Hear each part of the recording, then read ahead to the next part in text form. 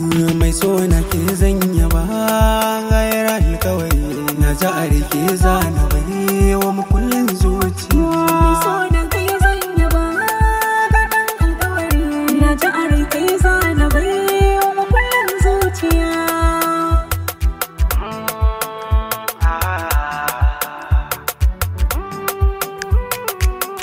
Na ji a raina sai da ke matsayinki a zuciya ya fi na 'yan mata ɗari.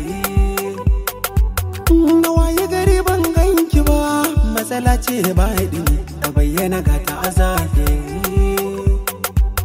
So ne miki cike da tausayi mai taɓa ki ya san da ni a na faɗi ban jin bari. Kyau na halinki nake hari shafa'i zan da wuturi na roƙi Allah rabbana tsare mai da sharrin duniya.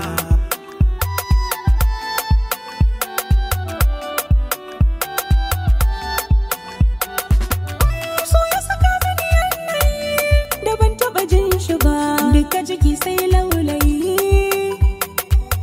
Abin da na so a gare ka ne ba zai fi ka so ni ba, ke na muje wani dausayi.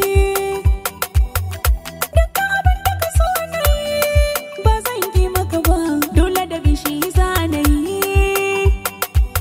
Fatan da nake Allah ya sa ba zan kunyata ba, tunda a raina ina da kai makullin zuciya.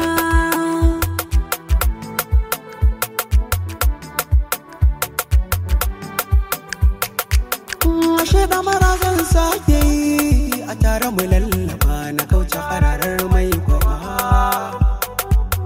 Rabi na jiki na ki kazan mai ado ya sarauniya gata ki sani sai nan gaba.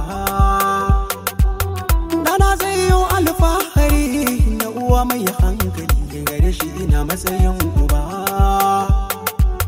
Baki na ciki ban san shi ba zallar su shi zanayi miki ban miki dan riya.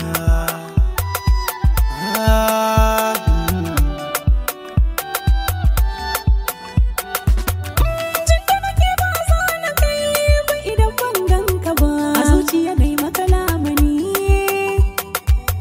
Ciwon da nake yi sai ka san warakar sa gare ka ne, ka zo a gare ni da magani.